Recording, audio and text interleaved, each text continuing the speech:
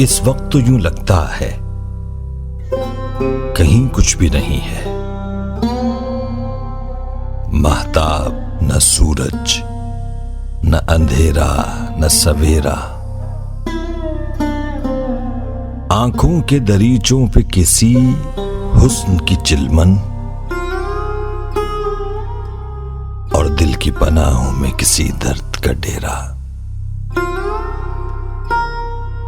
मुमकिन है कोई वहम था, मुमकिन है सुना हो,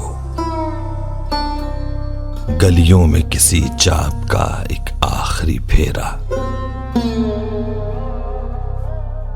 शाखों में ख्यालों के घने पेड़ की शायद अब आके करेगा न कोई ख्वाब बसेरा।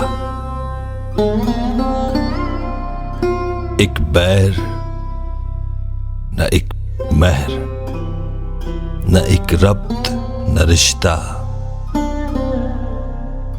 तेरा कोई अपना न पराया कोई मेरा।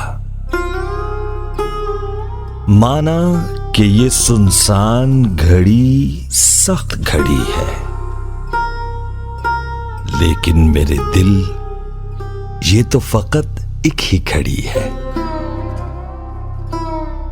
हिम्मत करो, जीने को तो एक उम्र पड़ी है।